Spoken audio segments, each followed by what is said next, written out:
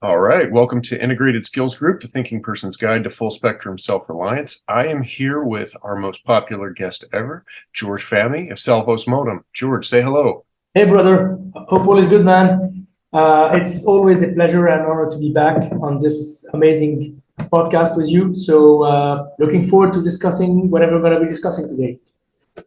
Yeah, so as I started to mention, our podcast together on surviving the situation that you grew up in Lebanon has probably been our most viewed and talked about podcast, and for good reason. It goes over a lot of the points that we discuss frequently, but lack sort of the experiential tailwind to really define, because so few of us have actually lived through that kind of a situation in the modern West. Now, that was 3 years ago. And now we're all a little bit more experienced in general. So what I was thinking is Lebanon right now, as of this morning, I was reading that Hezbollah and Israel are facing off over some shipping lanes and some sea rights. And so you're dealing with both the economic fallout that's been going on in the post-COVID world and a general increase in sort of geopolitical tensions. Yeah. So if you could, I mean, you're going through it right now. It's kind of spin up the audience on where you're at and what's going on there at Lebanon. So, first of all, Lebanon started its economic collapse in October 2019. we did the last podcast in November 2019, and it started basically going down pretty badly around December, January 2020. So in addition to the COVID, you already started having this descent into hell economically. So unfortunately, everything that we predicted, most of us, regarding what happens because of COVID, so it's a type 3 emergency that changes the world for the foreseeable future, actually happened. Now, before we jump into what happened in Lebanon, just a couple of words about COVID. The way it was handled by governments was a test run to impose some kind of social credit score like the Chi-Coms do, to try to move away from cash and move more into digital currencies, which allows the government to have control over people, which is, unfortunately, the stronger a government is, the weaker your individual's freedom become. So it's a problem. Now, some people will come and say, oh, blah, blah, blah, blah. You know what? No, the world is changing back to normal after COVID. Well, no, because they actually were able to bankrupt a lot of people, small businesses. They were able to assert control over, let's say, a sizable portion of the population, the people who were wearing masks during the vaccine mandates, et cetera, without cognitive thought, without thinking, oh, is it a good thing, was it a bad thing, or whatever. You've had pharmaceutical companies get away with blatant lies, or at the very least, exaggerations, just to make a buck. So that's a problem. So all this stuff was just like putting their foot through the door to see how much can we screw people over in terms of freedoms. It already happened before. Most people don't remember it because it was 21 years ago. But the introduction of the Patriot Act, although some people will say, well, it's a good thing. Yes, I understand why these people are coming from, because the homeland was attacked by terrorists using a new methodology that was unheard of before. No, it was not. Yeah. Because the first people who actually used planes as delivery systems were the Japanese, the kamikaze, like almost 18 years ago on Pearl Harbor. So no, it's not something new. But the fact that the Patriot Act started stripping people's freedoms little by little. So it's death by 1,000 cuts, to be honest. Yeah, since you're drinking, cheers, bro. Oh, cheers. My glass disappeared there. It's trying to edit it out for the kids, I think. Yeah, maybe mine will disappear in a second. No, I'm joking. I'm going down it now. Come on, a bit of serious. Well, driving back at the point, The old adage, never let a good crisis goes to waste, comes to mind. Yeah. Because that's, no matter how we look at the geopolitical events that have happened over, the COVID period or during 9/11. I mean, I had this conversation with a good friend of mine the other day, and he's a older guy, he's a Vietnam era vet, and he was saying, you know what, the response that we gave the world was worse than 9/11. And he's like, I know it's like heresy these days to say that, but if you think about all the lives that were lost in the wake of it, did the loss of the Twin Towers justify that? No, I'm bringing this up not because it's my opinion, but because it's the way that things are viewed in retrospect, right? Like we have this ability as time passes to say, hey, this wasn't wise, this wasn't the best idea. And I think a lot of ways we're starting to see that same sort of mentality trickle out of the COVID debacle when you see stuff like, hey, let's declare pandemic amnesty because maybe we said some things that were uncool. Well, there's only one side that's asking for that because there's only one side that needs it, right? And like there's a funny meme that I don't know if I sent it to you, and it's like the only thing you gotta get is a firing squad. That's the only answer you're gonna get. But no, going back to an empire retaliating more than the harm that was done to it. You can look back in history, and this is human nature. It's not just the US, but if you look at, for example, the Mongols when they invaded the region, like basically the Russian, Ukrainian region. Oh, they did a lot of bad things to people. If you look at something similar, also historically, but if we go back like more in time, most people who understand history know of the Battle of Teutoburg Forest, where the Roman legions under Varus were basically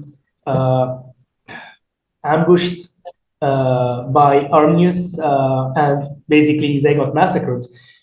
Most people think that it was a great victory for the Germanic tribes. It was. They won the battle, but they lost the war because the whole might of the Roman Empire just came crashing down, and they started crushing all the tribes, the Cheruskis and the other ones. It's like they were not happy. So it's usually an empire will over retaliate when it gets bitten somewhere. Just to show that it's still relevant. But we all know what happens to empires. All of us who read Sandra Glob's The Fate of Empires knows that after around 200 to 250 years, the empire is going to disintegrate from within.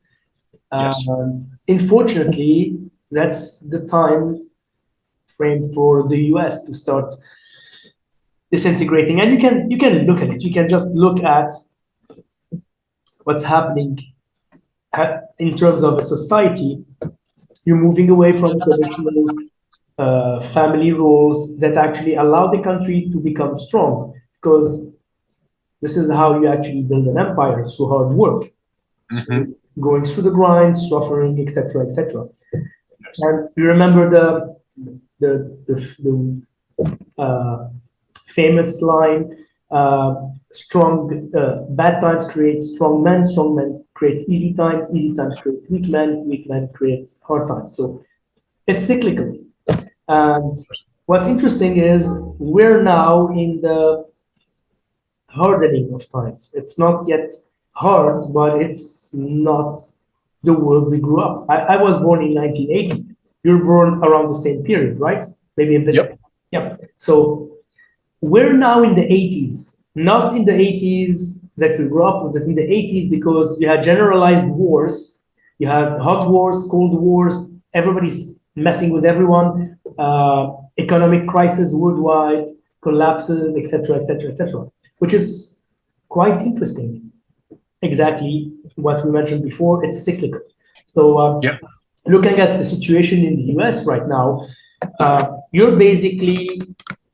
have front seats to the fall of Rome, only in 4G and on live TV and with nukes. Yeah, true, with fake news. I'm not sure why. And can we say Russian meddling? Yeah. No. That kind of says a little bit about the general state of things in Lebanon right now. Mm-hmm. Tell us what are you guys living with in terms of, I mean, I hate to use our own vernacular, but access to critical resources, because it's how we at ISG define emergency. That's for me, that's a perfect definition of what matters. Critical resources, if we break them down, looking at electricity, well, we don't have any. We never had any since the Civil War. So what happens is everybody's using private generators, which is basically a cartel of people who owns big generators. They're diesel generators usually. Mm-hmm. What happens is they distribute power to a neighborhood. The government provided power, electricity, is around maximum 2 to 3 hours a day. Okay. So it goes on, it comes on for a minute, goes off, comes back for 30 minutes and goes off, comes back for another 45 minutes, goes off. And it's not in a row, it's like depending on our unreliable power source. And this is due to corruption, mismanagement, theft, blah, blah, blah, blah, blah. We're not going to go into details. We already spoke about this before. So what's happening is now it's a private generator. So what happens is the problem is because of the war in Ukraine and people trying to do sanctions on Russia, which, by the way, never works because they don't care. They can be relatively self-sufficient. Their economy will crash, but they don't really care about sanctions and stuff like that. There have been sanctions since 2014 at least, so they don't. Oh, yeah.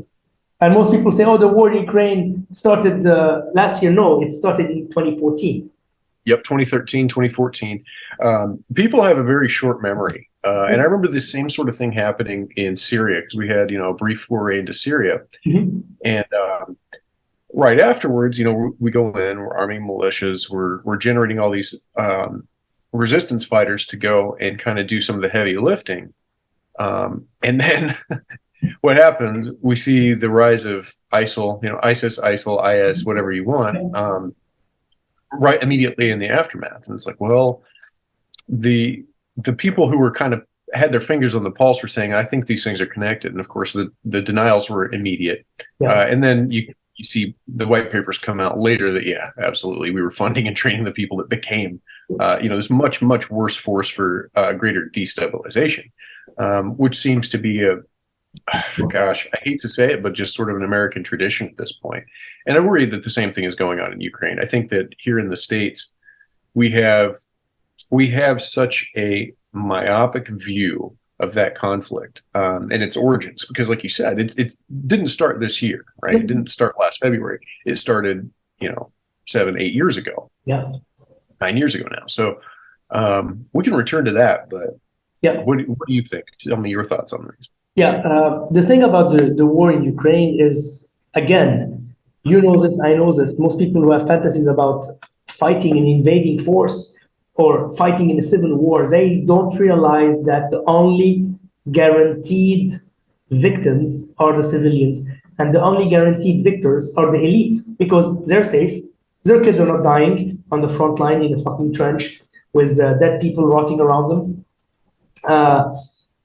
If they feel situation is bad, they send their kids to Switzerland, the UK, Bahamas, depending on the weather that I prefer. Like who goes to the UK for the weather? That's like baffling me. But yeah, the thing is, what's happening now in Ukraine, it's a civil war. My connection is unstable, so okay. Back on. Yeah, we lost you there for a second. I could make out what you're saying, but saying that the elites will send their children to some different country like UK. The only people who benefit in wars and in especially civil wars are warlords. Yeah, absolutely. So, a warlord, but the thing is, a warlord does not necessarily mean a bad thing. It means a guy who has connections, who creates an armed group that's offering protection to a civilian population. Of course, there are going to be excesses. which is human nature. You're gonna have horrible things that can happen, like happened in Lebanon, like happened in Yugoslavia, etc., etc.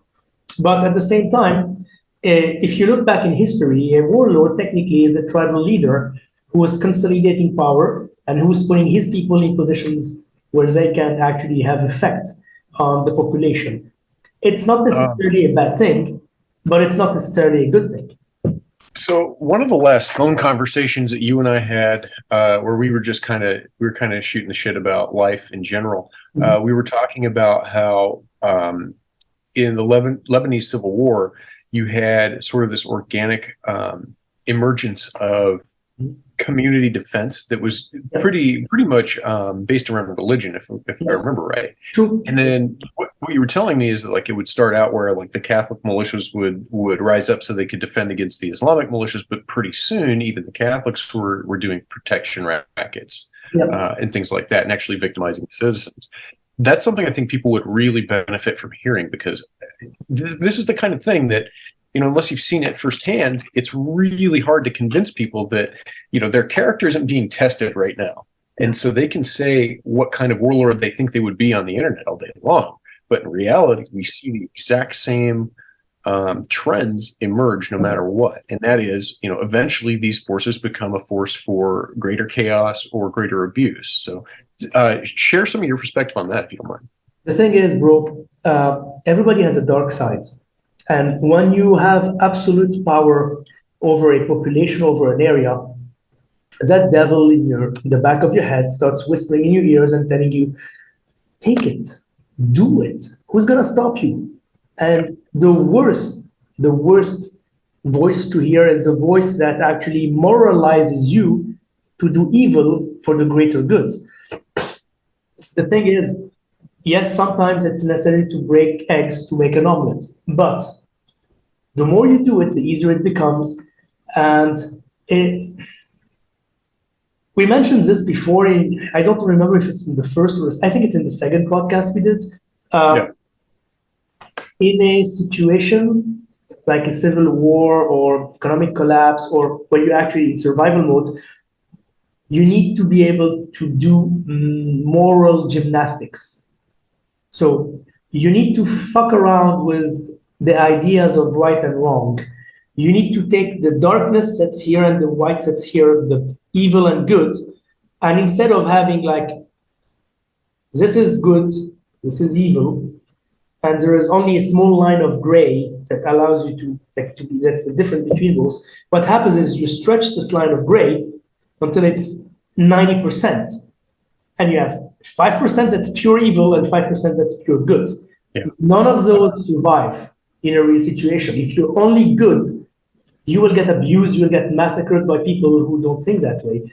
And if you're really, really evil, you will get killed by people who are below you, because either one, they freak out because you batshit crazy, or two, they're even more evil than you and they want a piece of the pie, or three, you messed around and you made so many enemies that people are just like waiting for you to just fall asleep to cut your throat when you're like out of it, because you had an orgy and you did a lot of alcohol and drugs. Now I'm God on earth, nobody can do anything to me. Like you go into a what's the name of this degenerate Roman emperor? You have so many, but Caligula. Yeah. If you're a Caligula type of guy, you want to make your horse into a general. That was him.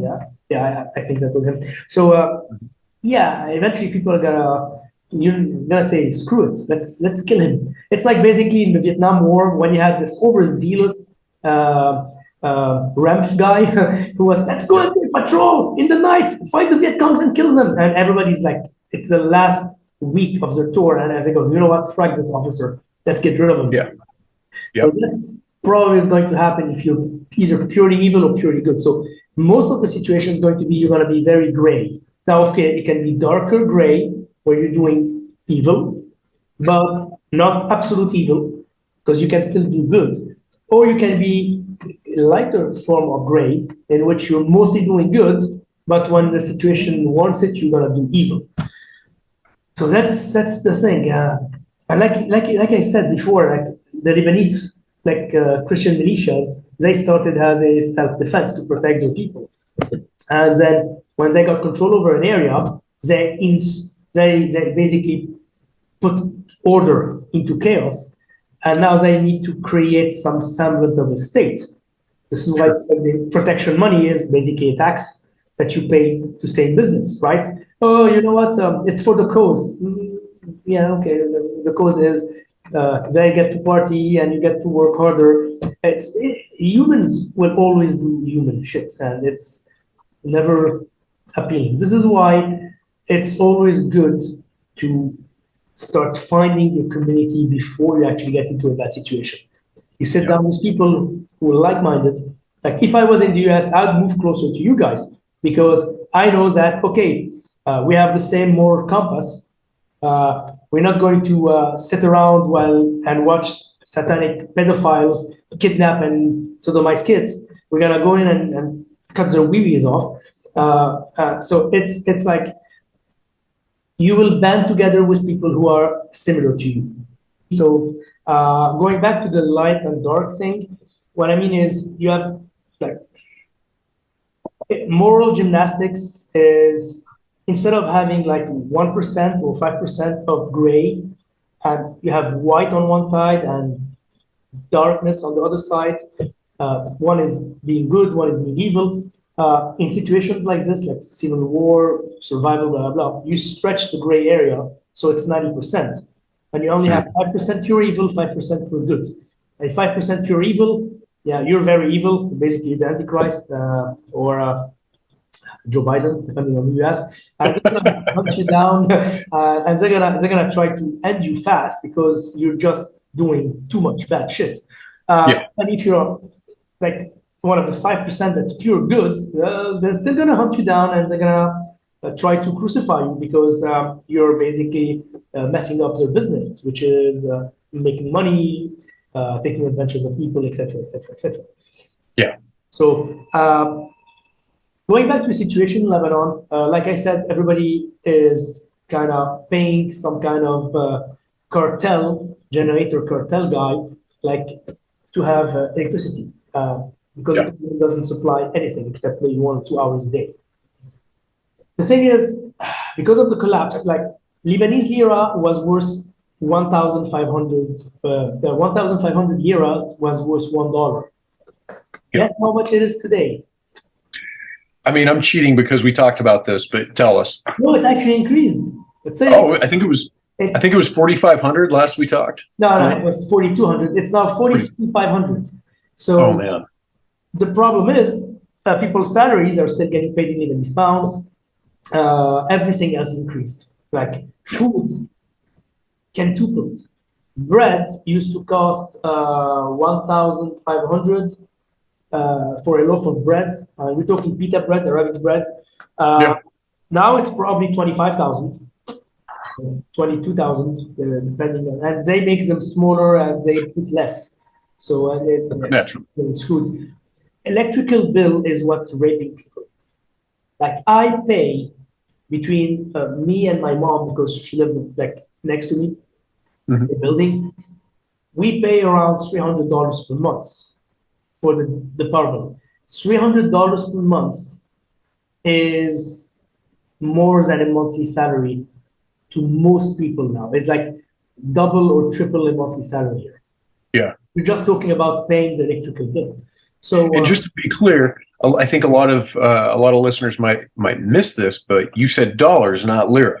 So we're not talking about lira anymore. We're talking about U.S. dollars, which are almost 4,325 to 1. Yes, because what we're witnessing is it was always there since the Civil War. A dollarization of the economy was always something about Lebanon that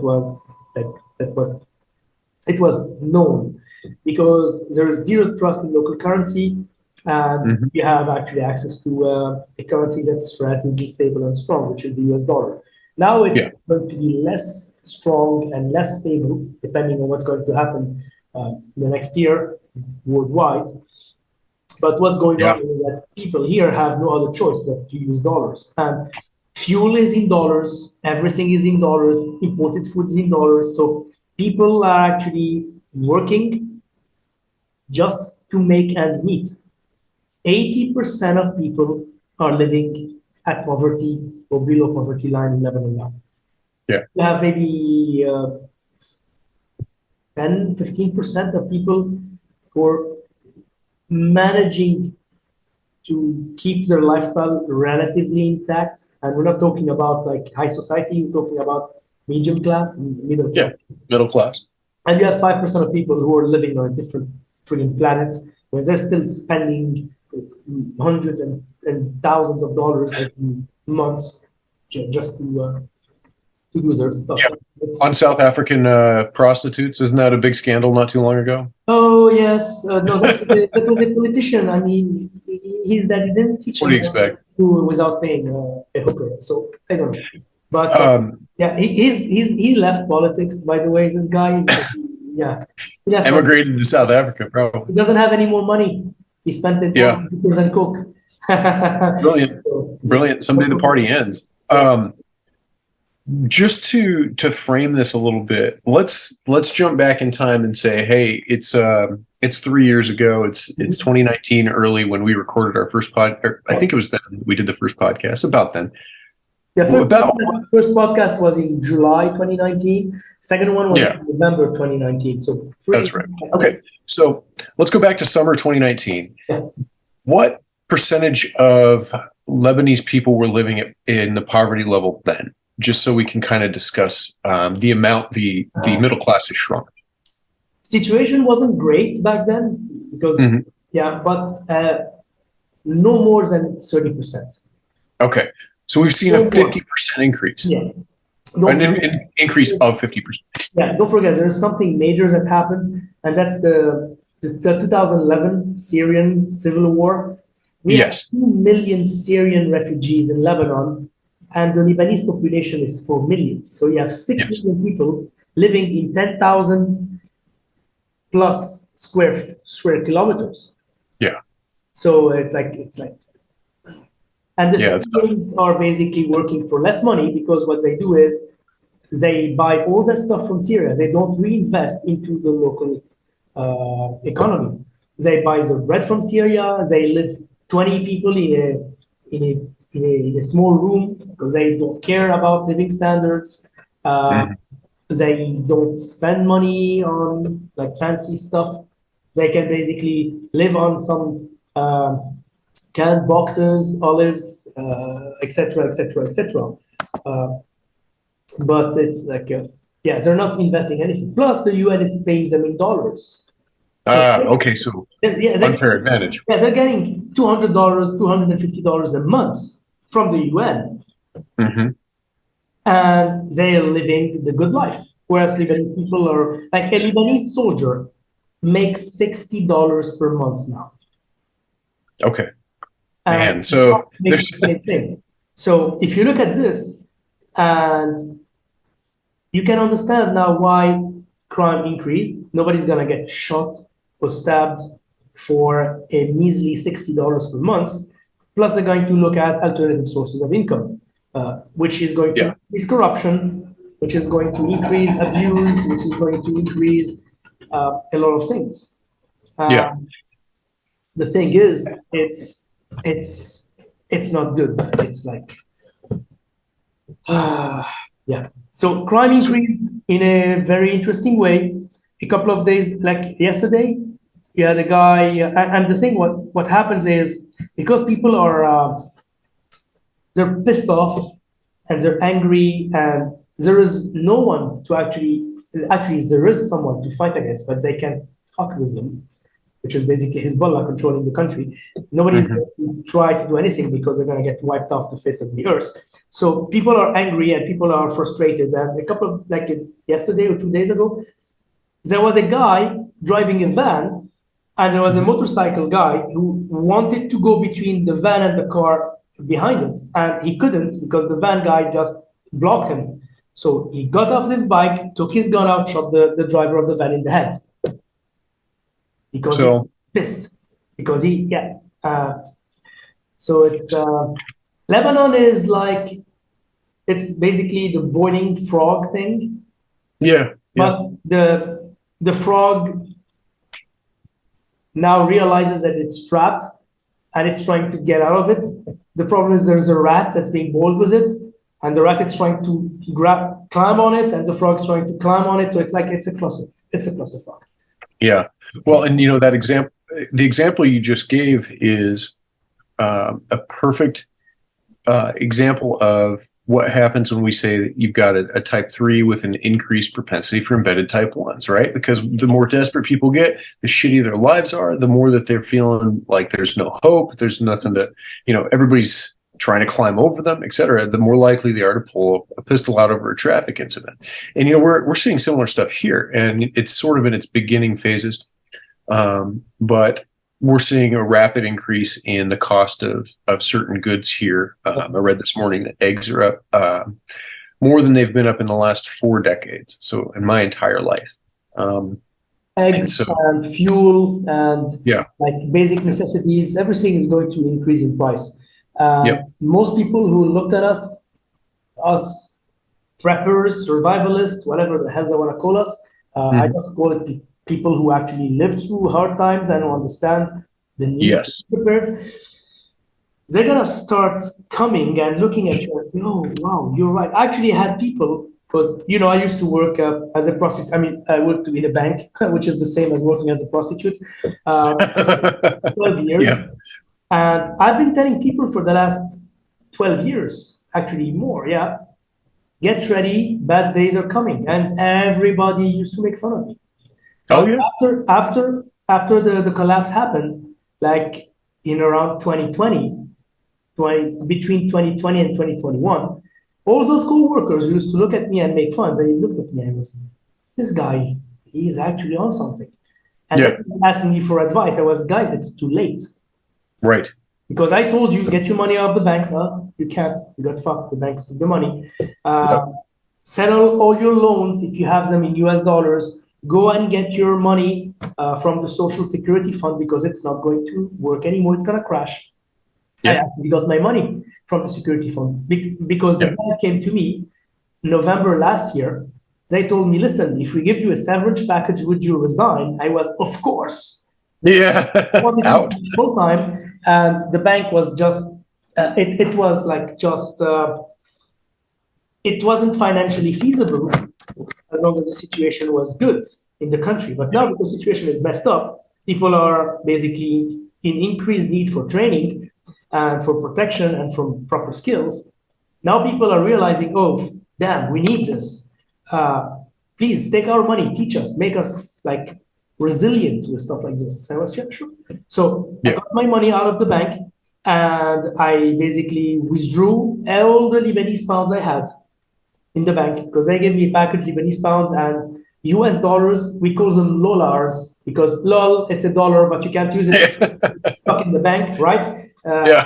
So every month you can transfer part of this money in dollars into Lebanese pounds, and then we transfer it into real dollars at a 20% of the actual value, and then some cash. It's like just bullshit to actually scam you from your money.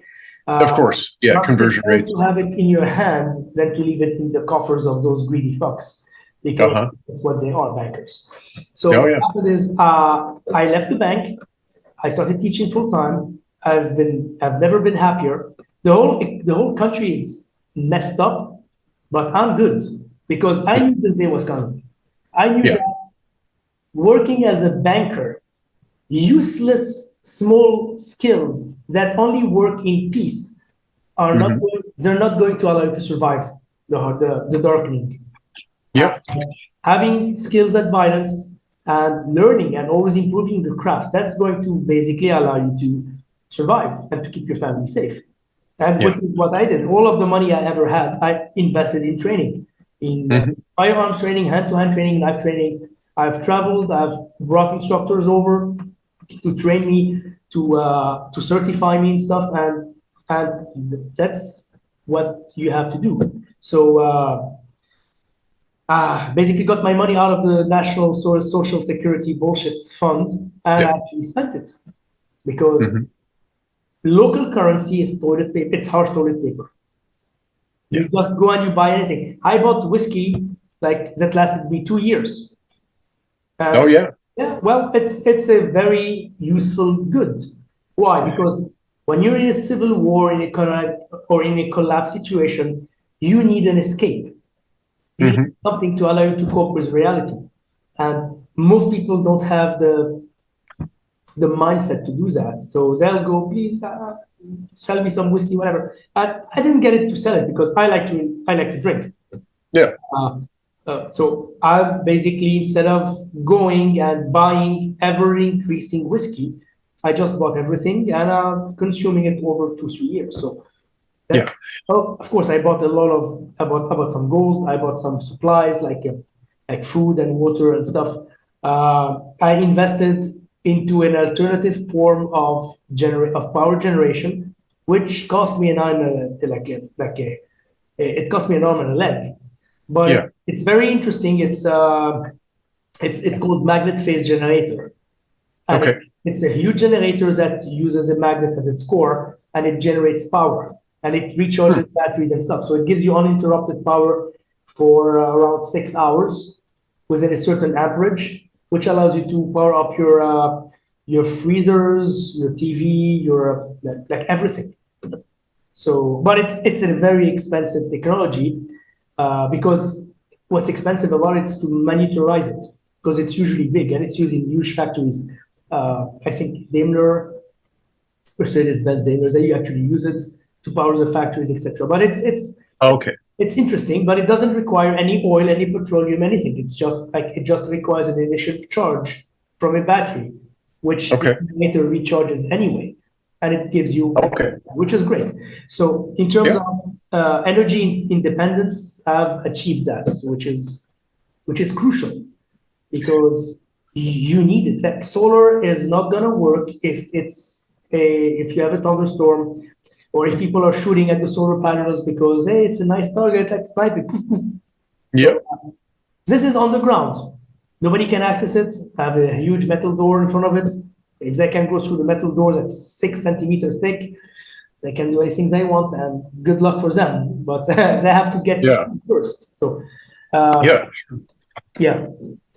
So what does power look like for the people who don't have something like that? What does it look like in your city for the people who do not have something that's keeping them energy independent? It's ugly because they have to basically pay through the nose. Because don't forget, I don't live in Beirut per se. I live in the suburbs. In Yeah. Beirut, you pay $100 for 5 amps per month. Whoa. Here, I pay $150 for 15 amps per month, Yeah. which Okay. is okay, more affordable. Now with the generator, I'll probably pay like $20 because Okay. I'm not using it. I'm not using so much. I'm basically rationing the appliances that I'm actually turning on and off, depending on if I'm using my generator or the guy's generator. So yeah. But Yeah. Using power. I'll just show you like what it looks outside. It actually no, it doesn't show from here. But the streets are dark. You don't have Okay. any street lights, or if you have, they're very sporadic. So obviously, this is a breeding ground for goblins who are gonna try to Yeah. rob you and steal you, etc., etc. So people are going back to a lot of people went the solar way, which is okay, but it's not enough to power your freezers. It's not enough to give you like uninterrupted power source for more than an hour, 2 hours, 3 hours, depending on what you paid for. So people Yeah. are living in darkness. How about sanitation?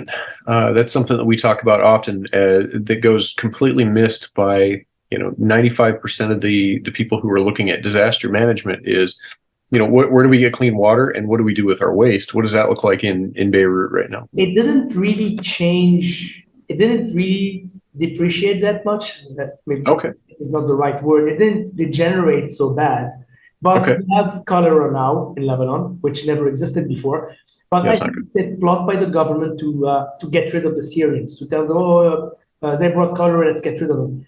Which, to be honest, if the Syrians leave Lebanon, that will be a lot easier for the Lebanese population to recoup from this crisis because Yeah. it's just a drain on resources. And Okay. of course, I understand you got some good people from Syria and you got some assholes from Lebanon, and yeah, nobody is perfect, etc., etc.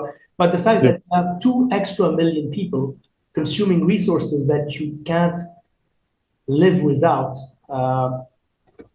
yeah. Yeah. It's difficult. I'm sorry for your country being in a civil war, but if I remember correctly, they were the ones who actively fucked my country during our civil war, playing each side against the other. So I can't really have a lot of sympathy for them, you know?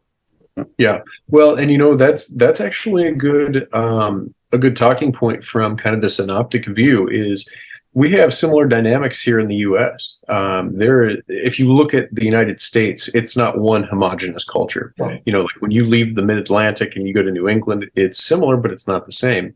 Now you go from New England to the Deep South, Yeah. it's not even similar. I mean, you speak English, but it's even different dialects in a lot of cases. And there's no love lost. For the most part, you know, a person from the Deep South doesn't really care about New England and vice versa. In fact, they probably look at each other with a little bit of disdain. Sure. And so what you're talking about now is, hey, during the last conflict, you guys kind of screwed us, and now you need help. And I could absolutely see something like that happening again now, because the big population centers in the United States are mostly the Mid-Atlantic, the West Coast, and then, you know, down the Eastern Seaboard. The Midwest, by contrast, is much, much closer to sustainable in terms of the ratio between what can we produce versus what do we consume. Yeah. And so I could see that happening, you know, if there were crises, monetary crisis or whatnot. I could see the Midwest saying, no, we're keeping our grain shipments here. Y'all are on your own. Good luck importing it from your buddies overseas. Yeah. And that could cause, you know, a more profound rift. Yeah. And that's kind of what you're seeing with the Lebanese and the Syrians now. Mm-hmm. Yeah, true. The thing is, Lebanese don't stand each other. So you can't stand anybody else. Right. Most Lebanese are racist by nature, against other Lebanese, against non-Lebanese, against people from different countries. So it's a. Excuse me. So there. Don't forget also, agricultural food production in Lebanon is fairly low. So all of the food is imported. And a lot of the grains were imported from Russia and Ukraine. Like that's 80%. So it's a big problem. So you had multiple crises that happened at the same time of COVID. You had the fuel crisis. We had no fuel. Mm-hmm. So you had to wait for hours to fill your car up.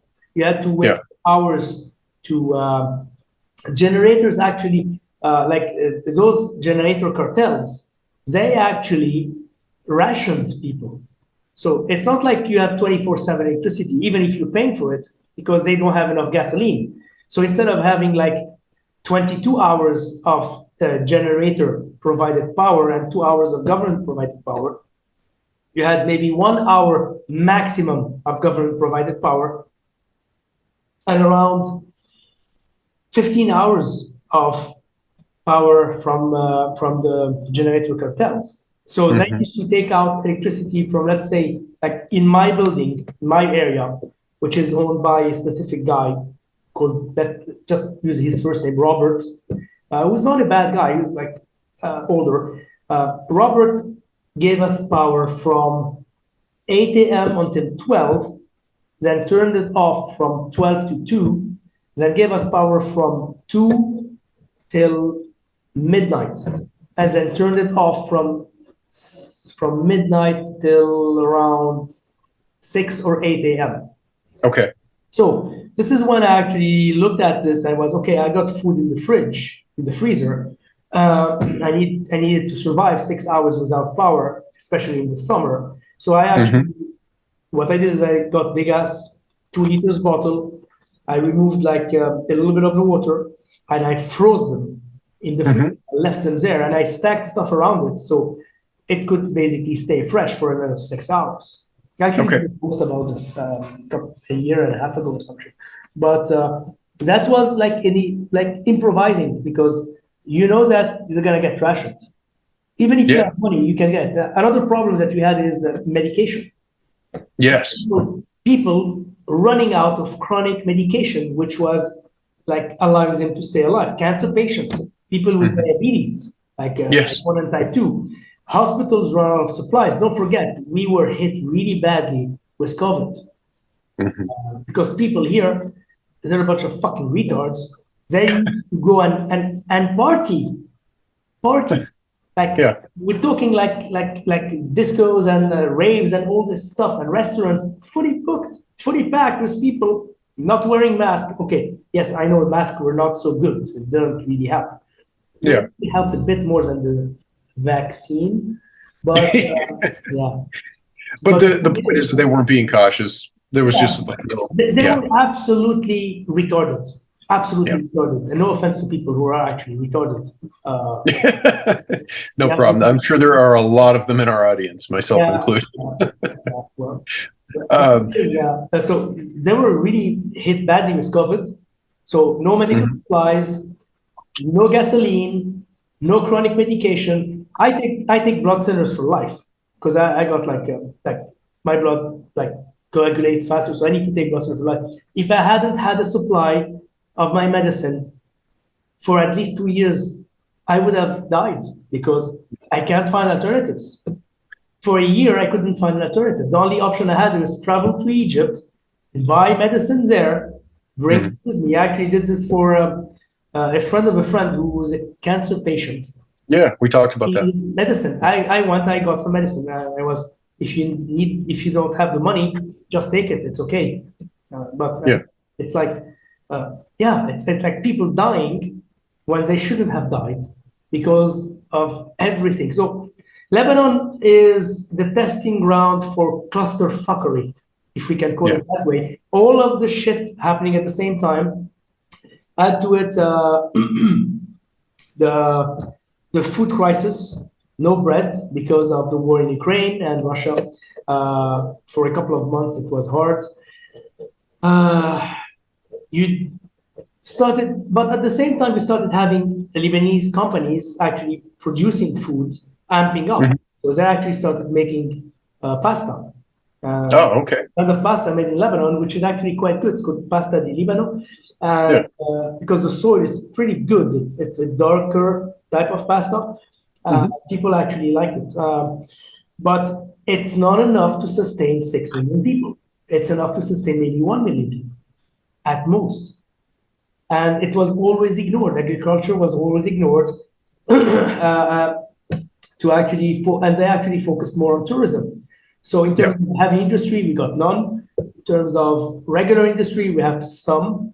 We started having people making like a replacement for like soap and detergent and stuff like this locally. And that was actually fine. It's actually good stuff. But it's like for food, it's difficult.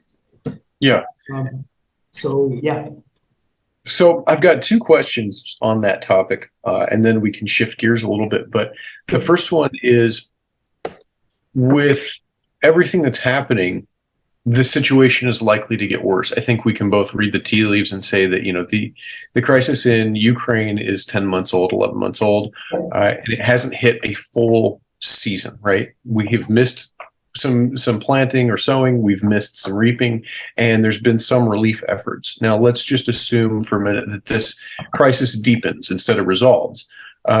What are you doing now to kind of get ahead of the grain shortages that are almost incipient? Like they're almost undeniably going to happen. The problem is I live in the suburbs. I don't own a piece of land that I can actually plant. So my only option is to store cans and freeze meats and freeze stuff like this, buy flour. Actually, a good friend of mine, he actually owns a piece of land in the Shuf area of Lebanon, and I get my olive oil from him, really good quality stuff. I get my thyme from him. I get some. I used to get chicken from him, but he doesn't have any more chicken. But the thing is, he has wheat, so I get sometimes my flour from him. The thing is, you don't need bread to survive. Of course, it's nice to have bread. Yeah, definitely. Humans are the ultimate adapter. They're the ultimate adapters. They adapt to any circumstances. Even if it's going to be abusive, like over a period of time, you will not starve if you still have something that will fill your belly and give you the calorific intakes that you need to sustain yourself. Same with water. The only thing that scares me, to be honest, is water. Like I personally, if I don't have like a couple of hundreds of liters of water stored away, I am not sleeping well. I'm being honest, man. If I don't have like a lot of water, I'm not good. You can survive without food for a few days and still retain maximum function. But after 3-4 days without food, you start deteriorating. After a day and a half without water, your performance shit. I usually say after a day, your performance is shit. I usually like people say the rules of threes, like 3 minutes without oxygen, 3 days without water, and like 3 weeks without food. I usually divide it by 3. So for me, it's like 1 minute without oxygen, you're gonna have brain damage. 1 day without water, you're not going to be performing, and like probably like a week without food, you're gonna be too weak to do anything useful. And absolutely. Sorry, most people forget that. So to be able to digest food, you still need energy. So if you're starving and they feed you, you're not going to be able to digest that stuff. You're just going to puke it out. So and you need water. And you need water, of course. This is also assuming perfect health in terms of parasites or bacterial infections, viral infections, because all of those things increase the necessity for more onboard water. And so, I mean, the rules of 3 is probably one of the cornerstones of everything that we teach and talk about. And I say the same thing, after the first third of any respective period, you're going to be a hurting unit. And probably the best way to emphasize that to people is like, well, yes, you can survive for 3 minutes without oxygen, but hold your breath. And I want you to start letting me know when you get uncomfortable and just extrapolate that out, right? Like that amount of time is probably like, if you just scale it, a day without water, an hour without shelter, that's when your body starts saying, hey, I'm complaining. And once your body starts complaining, if you don't have the mental toughness, it becomes very, very difficult to bridge the gap. And even if you do, you're still suffering from all of the other ancillary effects of missing that critical resource. And that's you in a normal environment, not in a war zone with people trying to murder you, to kidnap you, to rape you, to cut you into pieces, exactly. The pigs. So it's like add to it stress, add to it fear, anger, hate, all those emotions, and they're gonna mess you up really badly. Definitely. So, and the second question I had for you, before we switch gears here, is who's doing well in Lebanon? Are there people with certain skills or certain vocations that are holding their own? Now, this is accepting, of course, corrupt politicians. Yeah, of course, corrupt politicians. They're always good. They don't feel any issues. Basically, like Marie Antoinette in the French Revolution. Let them eat cake. Well, they don't even find barley to chew on. They're gonna fucking find cake.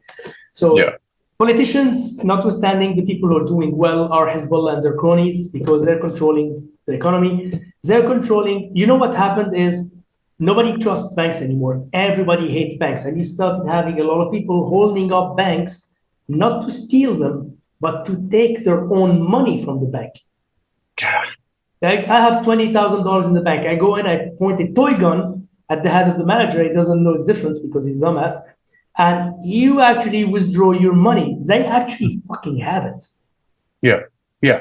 But because it's a Ponzi scheme and the central bank is on it and the government is on it and everybody's on it except the little people, they're actually not giving you your money. So once you do that, you take your own money, you don't go to jail.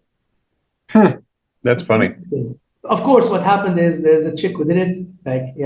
She put a fake gun to the guy's head, got her $20,000 because she needed it to pay for her sister's hospitalization, because hospitals will not treat you if you don't have dollars. Yeah. So imagine you have a kid who's like severely sick or injured and he's about to die, God forbid. and you have millions of dollars in the bank or thousands of dollars in the bank, and the fucking bank is not giving you your money, and the hospital Yeah. is accepting credit cards, is not accepting checks, is not accepting anything but hard cash. What would you do? Yeah. What can you do? Well, to be honest, what, Define. what they've been doing is they've been going and hitting on banks and branches and holding up general managers. And they forget that although those are misguided fools who actually benefited greatly from this Ponzi scheme, Yeah. the people you should hunt down and put guns up their throats are the owners of the banks. Mm-hmm. Because they knew this was happening. They actually lent money to corrupt politicians to dilapidate on non-existing projects, and they actually messed up everybody. So if anybody from Lebanon is actually listening to me, go hunt down the bank owners, not political people who are actually working as employees who barely make ends meet. Sure. Sure.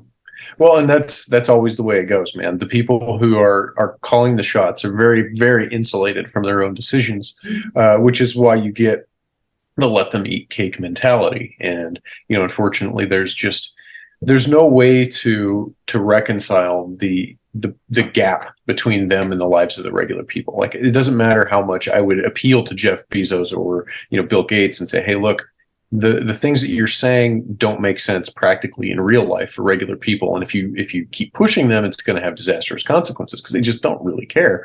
In short, you're the carbon they want to reduce. And so when you have no value, you have no agency, and so it's very difficult to convince people to treat you like a human. True. That's a problem. The only currency that's international is violence. Absolutely, universal language. Yeah, it's universal.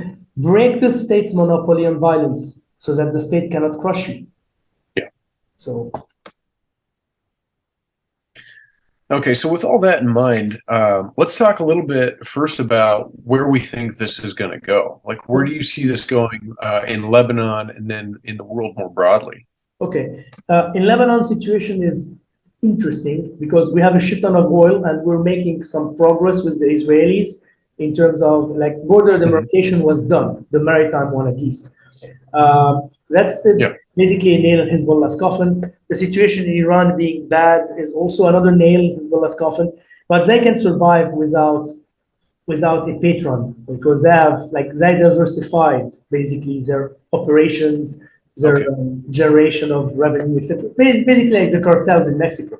So politically, it's very unstable here. We don't have a president anymore. Our geriatric geezer left office. I sincerely hope yours will as well.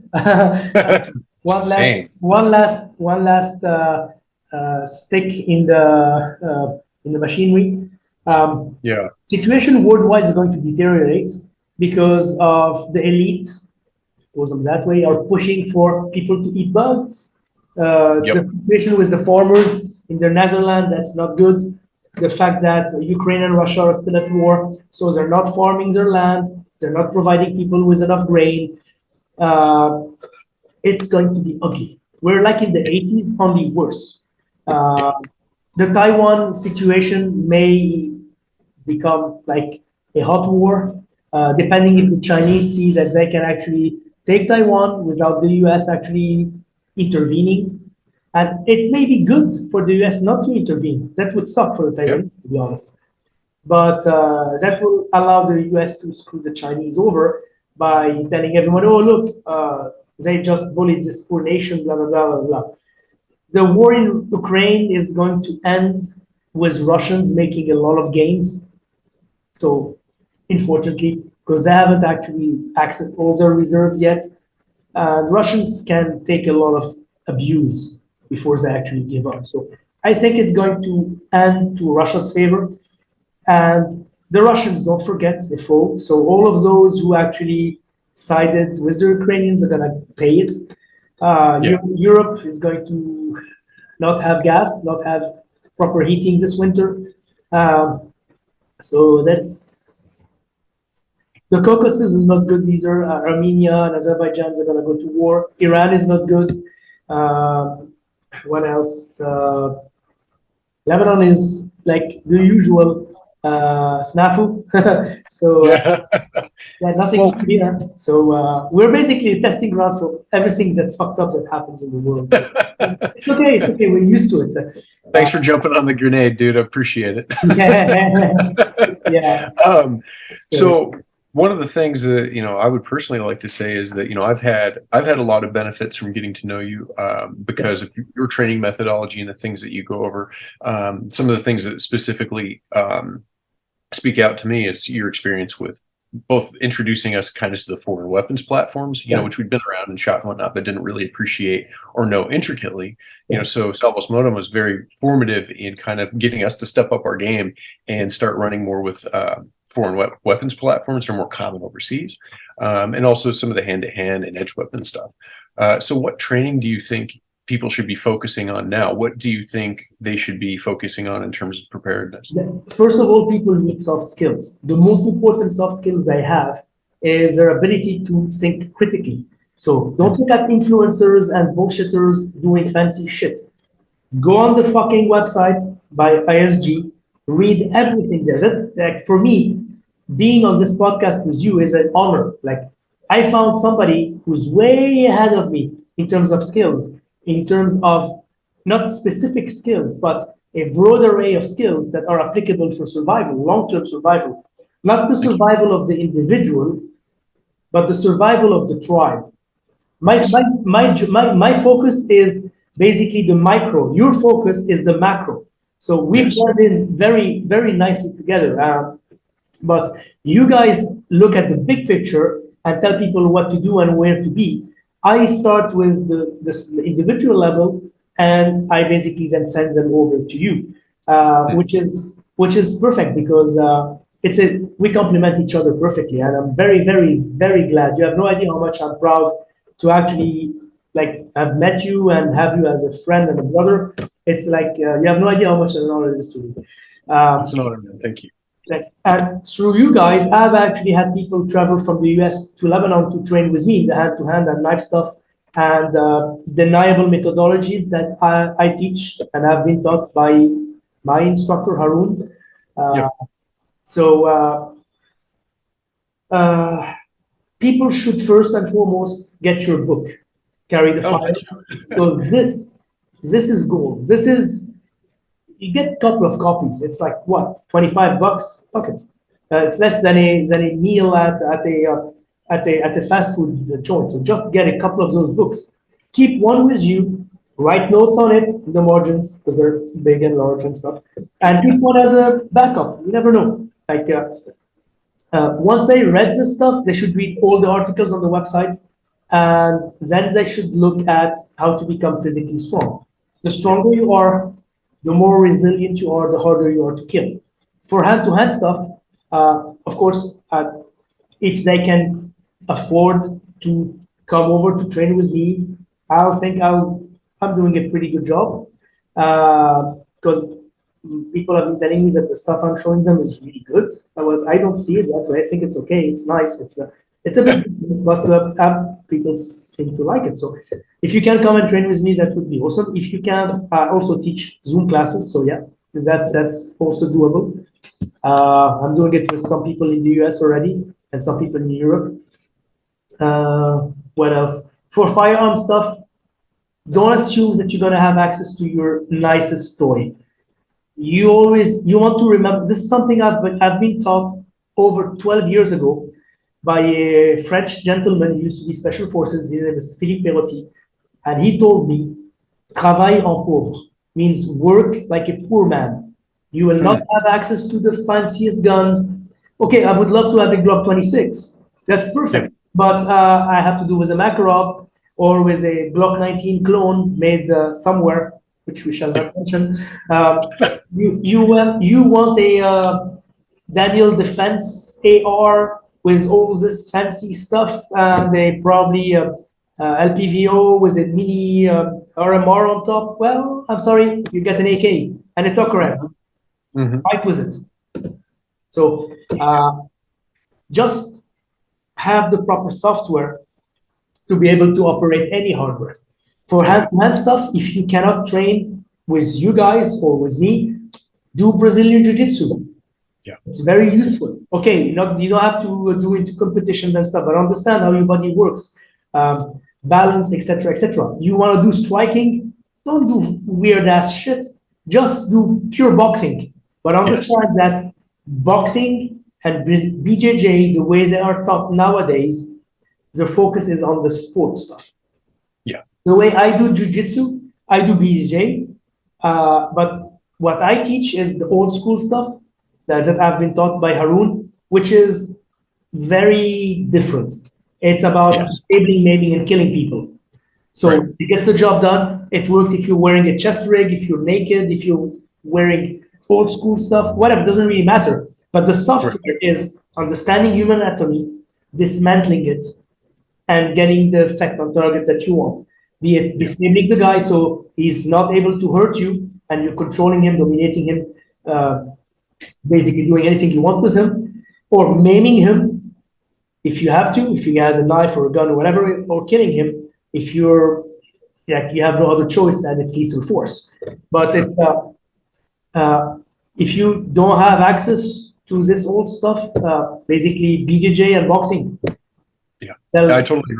I've been telling people for a long time that if I were to have my youth back and be able to kind of go back and just reinvest my time in specific martial arts that have been either Muay Thai and boxing or Greco-Roman wrestling and Jiu-Jitsu, because they're very foundational, and as much as anything, you get the physical benefits of being more athletic, right? Just participating in those. If I may interject, wrestling is great. The problem with wrestling is that it requires you to use force more often than technique. And the problem with Muay Thai is it's a masochist game. Who can do this punishment? But you can't do this stuff when you're older. Like I'm 42 now. I can't do that stuff. No, I agree. Yeah, so it's like, you know what? BJJ, at least, it's more technical. So you will be able to do it even if you're older. Boxing, to a certain extent. But the beautiful thing about the old school jiu-jitsu stuff is that it doesn't matter if you're holding a cane and you're walking. You can really mess people up. Yeah, but it's very specific methodologies. So, and for record, I'm at the age now where I've started to realize getting punched in the head is not good for me, and some maintenance is certainly in order, but I don't want to devote my life to getting punched in the face anymore. And so, just to kind of recap, is this a fair characterization that what we would like to see is for people to kind of build a structure, so to speak, in terms of their skills, and where the bulk of the building is the interpersonal skills, your ability to relate to people, to work with your community, to recognize things, potential threats before they happen, and to have the cognition to prepare.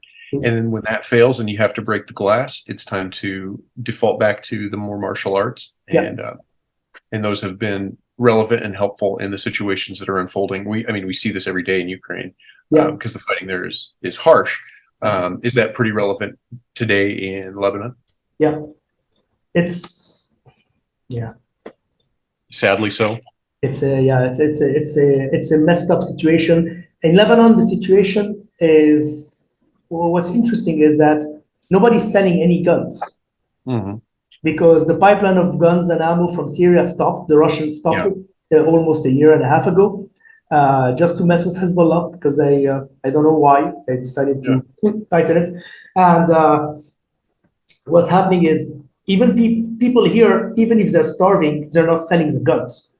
They're selling their wife's gold, and they're not selling the guns. They're selling jewelry, selling other stuff, but they're not selling guns. Even if it's time to put their kids through school, usually they used to sell guns to put their kids through. They're not selling guns. Nobody's selling, nobody's buying. Everybody's like on edge. And they're waiting for something to happen. Something almost happened a year and a half ago. You had some Hezbollah sympathizers who actually went to a Christian neighborhood, which was a stronghold during the civil war of the Lebanese forces, and actually had a few Hezbollah guys who got killed. A lot of them were injured, and they had like a shit ton of weapons. They're actually RPGs building, etc., etc. And you had a couple of people who sniped at them and they killed them. So becoming good with the weapons that you have is crucial. If you can only afford a, I don't know, like a Ruger 2022, that's the only thing you have, train with it. If you have a 3006, train with it. You have a Winchester 700, 308, a deer hunter, yeah, just go deer hunting. If you have an AK, go for an AK. But you need to remember your mission, your environment, and your context. Your mission is what's your objective? Is it to be a badass or to go home to your family, take care of them? Your environment, what's the most commonly found weapon, magazine, etc. in your environment? And the context, what's the context of the situation you're in? Is it the civil war? Is it civil unrest? Is it just like life as usual, etc., etc.? So. Okay. Well, thank you for kind of doing the recap there. I'm very much appreciate your time as always. Thank you. Likewise. Yeah, it's always a pleasure speaking to you, George. I appreciate your perspective, and you've got the experience base that a lot of us now are kind of seeing is coming home to roost here. Yeah. As we get less and less stability, greater infighting, and as sort of the othering of our own people here in the U.S., I think a lot of people are going to find more relevance in the experiences that you've had. So thank you for coming and talking to me. Let's do this again soon, and maybe touch on some of the other things going on in the world and elaborate a little bit more. Thank you for having me, and always a pleasure, man. Absolutely. Cheers, brother. And carry the fire, man. God bless.